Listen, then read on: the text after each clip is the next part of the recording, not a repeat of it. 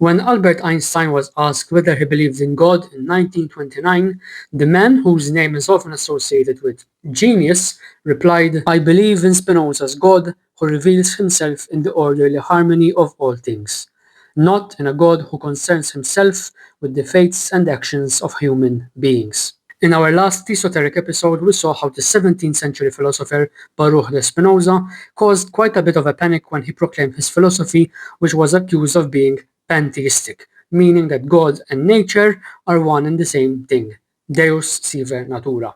Today, we're going to look at Albert Einstein and how his ideas about religion and science unveil what Spinoza and his legacy likely represented and what Spinoza himself might have believed.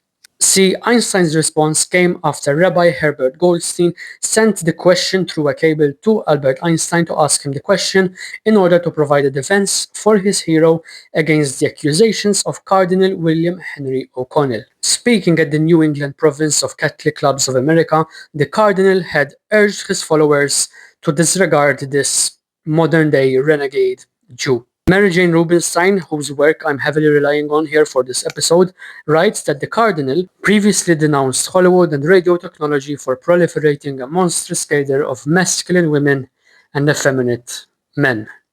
Yeah, wokeness was apparently a problem for conservatives even in the 1920s. He went on to accuse Einstein's theory of relativity as nothing but befogged speculation producing universal doubt about God and his creation and cloaking the ghastly apparition of atheism. In an effort to defend Einstein, Goldstein had basically published what was supposed to be a private discussion to the New York Times, basically saying that, see, Einstein invoked Spinoza, the God-intoxicated man himself. He couldn't possibly be an atheist. However, as we saw in our last episode, Spinoza was also accused of atheism, polytheism, all the bad isms. But back to Einstein, this controversy did not stop there because the father of general relativity went on to address his ideas about science and religion in writings and even academic addresses later on in his life. For Einstein, religion developed in three distinct stages. A religion of fear, which primitive people have to appease the gods through ritual sacrifice. A moral religion, which sees followers bound by divine laws of some sort.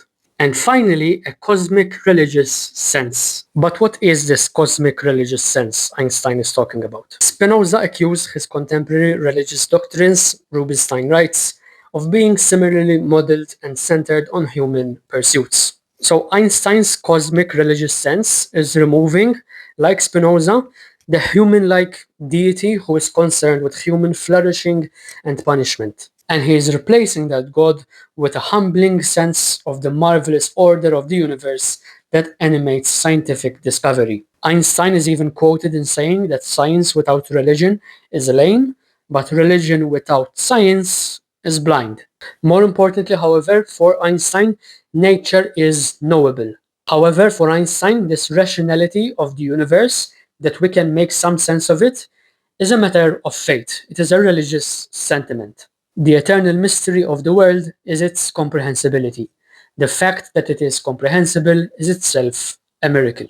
Rubenstein here makes it very clear that Einstein is not saying that the universe is completely understandable. However, the universe is rationally structured in a way that the human mind can participate in this universal reason. When Einstein was asked what he meant when he said that subtle is the Lord, but malicious he is not, he answered by saying, "Nature hides her secret because of her essential loftiness, but not by means of ruse. God and nature are equivalent but non-deceptive, that is to say, rational." However, for Rubenstein, this theo-cosmological perspective that Einstein is trying to hold is somewhat in conflict with itself. And that's because Einstein is trying to maintain that this rationality of the universe is a religious sentiment. He's not so sure that he can prove it. In fact, he says that he cannot prove that it is rational. However, he feels that it is, and so he works through science to try to figure things out. If Einstein himself maintains that the rational order of things always lies beyond our grasp, then how can he be so sure it is rational in the first place? If the impersonal God lifts us out of all anthropomorphism, then to what extent can God be said to possess, or indeed to be, that intellect whose structure is inescapably human? We can take this episode in so many different directions because Einstein would eventually have to wrestle with the emergence of Niels Bohr and quantum physics, which will challenge his ideas of the universe being fully rational. Einstein also complained in personal letters and diaries that his attempts at unifying science and religion resulted in religious authorities attacking him pretty vehemently. And worse than that, he was also accused of excusing the atrocities of a certain mustached Polish man and his treatment of the Jewish people. Yeah, being labeled a pantheist is very serious business. As I always say in these episodes, this is not an attempt to take sides as to whether Einstein was right or whether traditional religious perspectives were correct about what the nature of God or religion is. Rather, I want to highlight how certain heretical ideas will seep into the mainstream, even though a lot of people might not know where they're coming from, and they will go on to influence later conversations about the same subject. I mean, how many times have you heard that science and religion are compatible together? It's not a new idea, or the accusations of new scientific discoveries, such as general relativity by Einstein, or evolution for some reason, being associated with Einstein despite not being developed or even worked upon at all by him, and being used as an accusation of religious heresy and atheism. Yeah, if history doesn't repeat, it certainly does rhyme. We will be returning to Spinoza and his pantheism in later episodes. However, that's all for today, and I hope you enjoyed another episode of TeaSoteric.